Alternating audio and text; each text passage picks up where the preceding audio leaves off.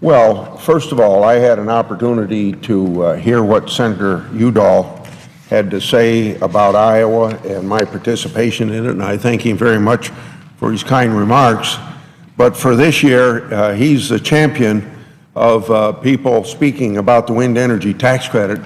I have spoken a few times, but if he's spoken for every state that has a wind energy business in that particular state, he has spoken many, many times more than I have, and I want to compliment Senator Udall for doing that.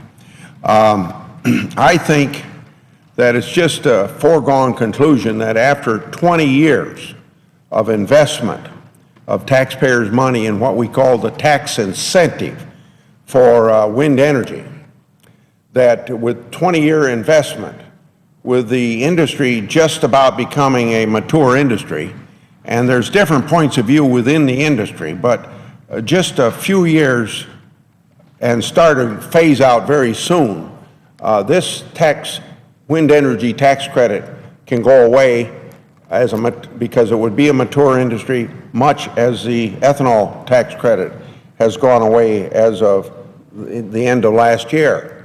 So with this tremendous investment, it seems to me it would be a shame not to continue it so we can get to maturity and then, in a sense, ratify the decisions of the good investment of taxpayers' money that's already been made. So today it's my privilege to join my colleague, Senator Udall, on the floor of the Senate to discuss the importance of wind energy and the need to extend the production tax credit for wind.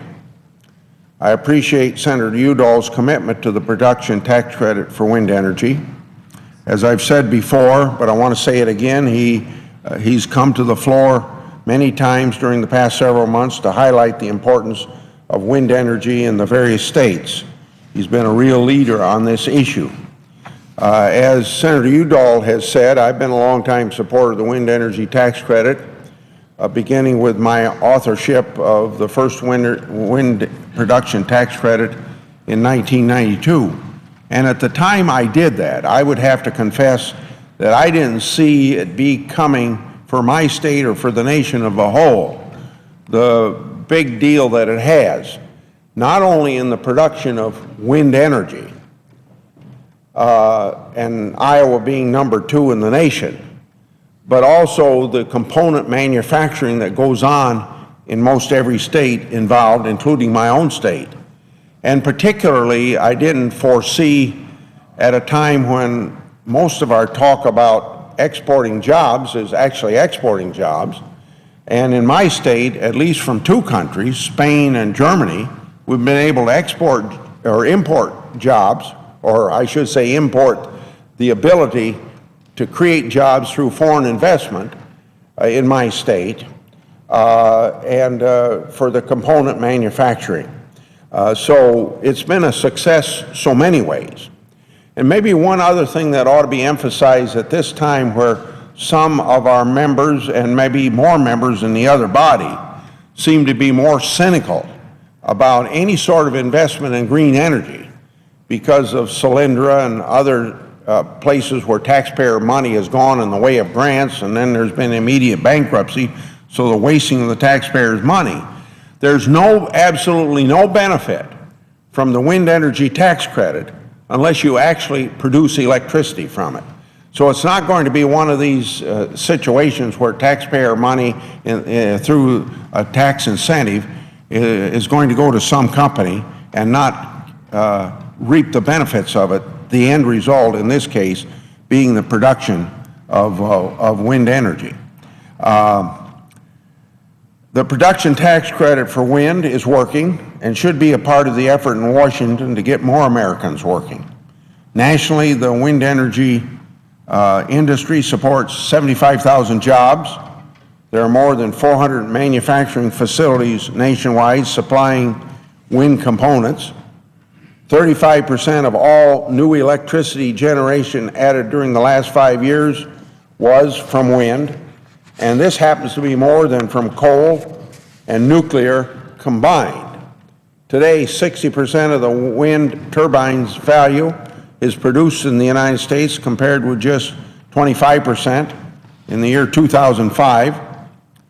As I have said so often, my home state of Iowa is a leader in wind energy production and component manufacturing.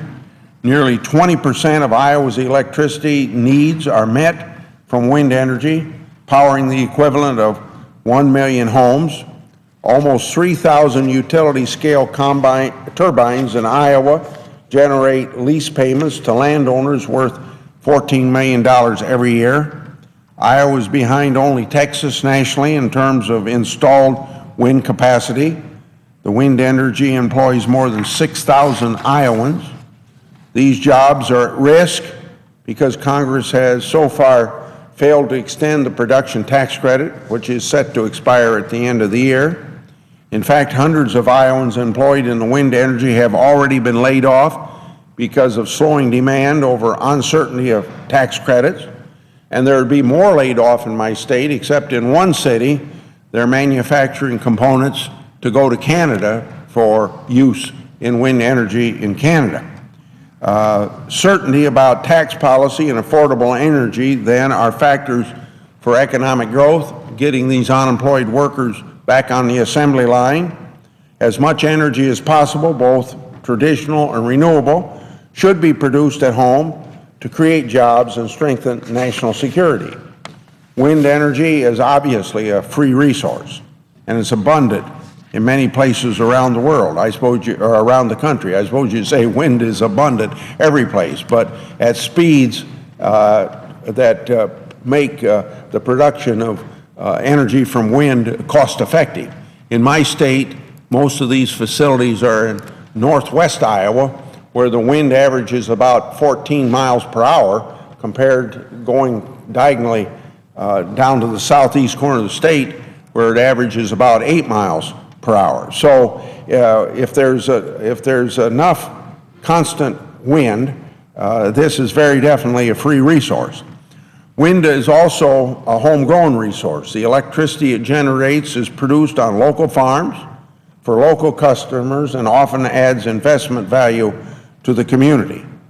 A clean, renewable source like wind is not dependent on faraway countries with leaders, in the case of petroleum, for instance, who happen to be so hostile to the United States, even as they take our energy dollars and maybe use those even against us.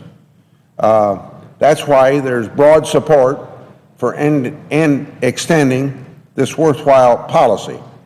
Legislation in the House of Representatives to extend the production tax credit has 119 co-sponsors, including 25 Republicans.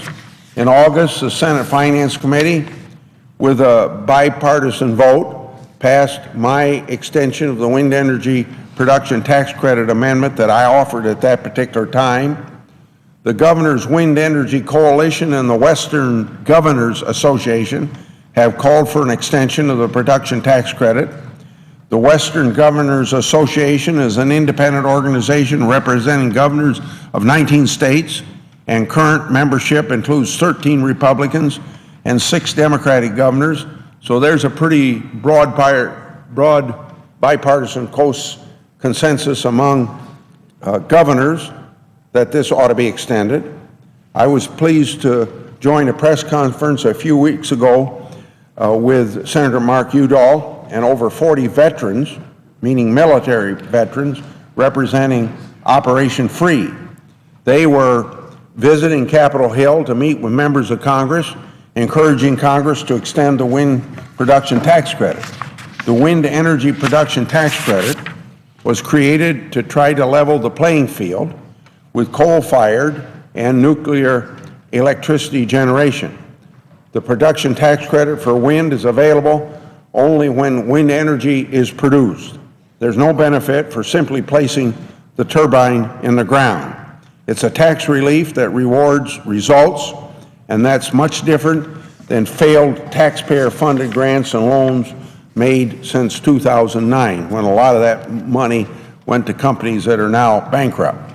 Those who want to do away with the wind energy tax incentive don't seem to mention that other forms of energy have received far more generous tax incentives for many decades longer than the wind energy industry. Oil and gas and nuclear power all receive long-standing federal supports. And I want to emphasize, because I believe that I read someplace that one of the opponents of wind energy tax credit being extended comes from nuclear. Do you think that we would even have a nuclear industry in the entire United States since the 1950s or 60s if it weren't for the Price-Anderson Act that supports it as kind of a super or an insurer of last resort? It would never have developed, and that's still in existence. And so isn't it a little bit intellectually dishonest to say that wind should not have the tax incentive when industries wouldn't even exist if they hadn't had it already? If we're going to have a discussion of which industries then merit federal support and which industries don't, the discussion needs to be intellectually honest. If we're having that discussion, everything needs to be on the table, not just this wind energy. And can you think of 60 extenders that are going to sunset at the end of this year? Only one, wind, seems to be attacked right now. So this extension deserves a place in our year-end package of tax extenders to help give confidence investors want and employers need to keep and hire workers.